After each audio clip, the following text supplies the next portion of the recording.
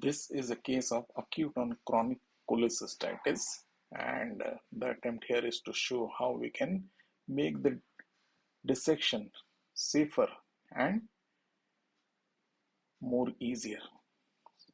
So as you can see, there are these acute inflammatory adhesions, fibrinous, which can be taken down very easily. However, there are certain adhesions which are tough, and if you take them down by pushing them down, it may lead to bleeding and the view would be lost. Another small attempt here to show is we are going slightly one layer below the peritoneal surface of the gallbladder. Now what this does is it puts the organ down, the colon or the stomach which is stuck here, without the fear and risk of damaging that particular organ. And as I have already said, all the tough adhesions can be taken down with the bipolar. However, you cannot continue the dissection with bipolar, otherwise the field would get filled up with blood.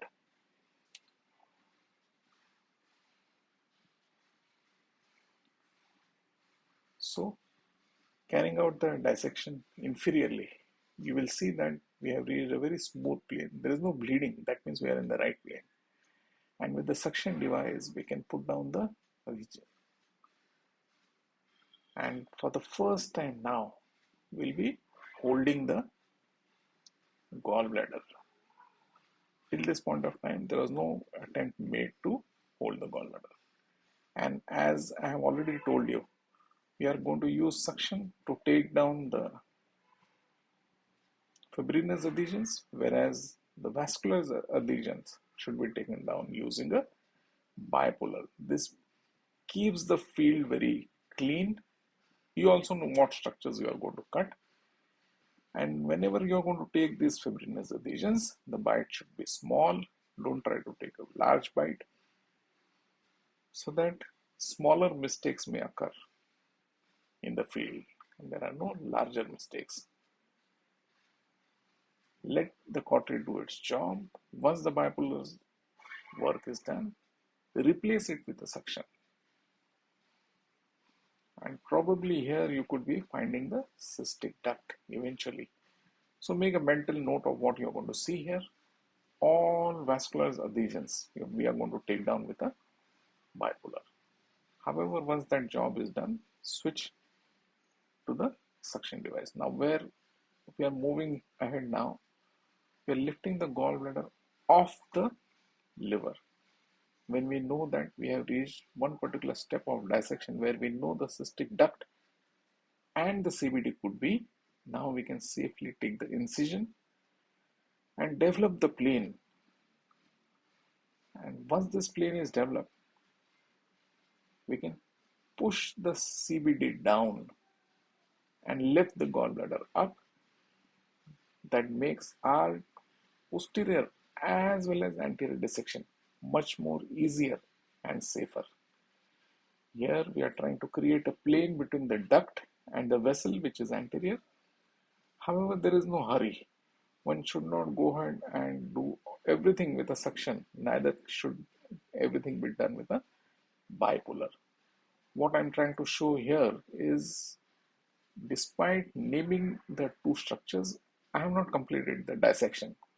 I am now going to lift the gallbladder from the cystic plate so that the CVS can be well demonstrated.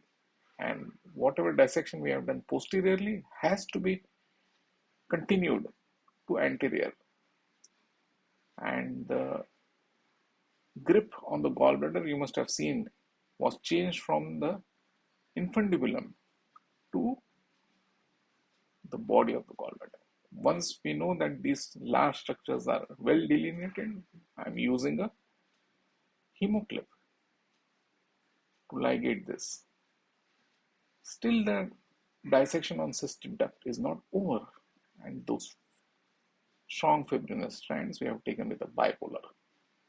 And because it's an inflamed duct and possibility of the standard clip getting loose, after the inflammation settles down, and landing up with a leak can be prevented by using a hemoclip. Dissection from the liver bed again has to be very carefully done.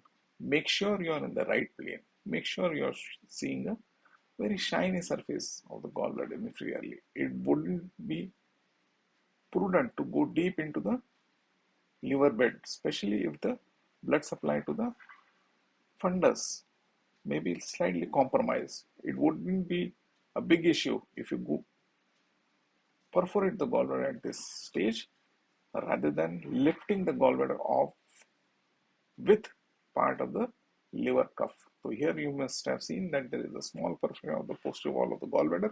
That is pretty okay. It is better to have this perforation on the gallbladder rather than having a perforation on the liver and injuring the middle hepatic vein. So once everything is done, you can do copious irrigation, see if there is a bleeder, and cauterize those bleeders. Once proper hemostasis has been achieved and demonstrated, you can bag the specimen, put in a drain, and then remove the gallbladder. Thank you so much for watching this.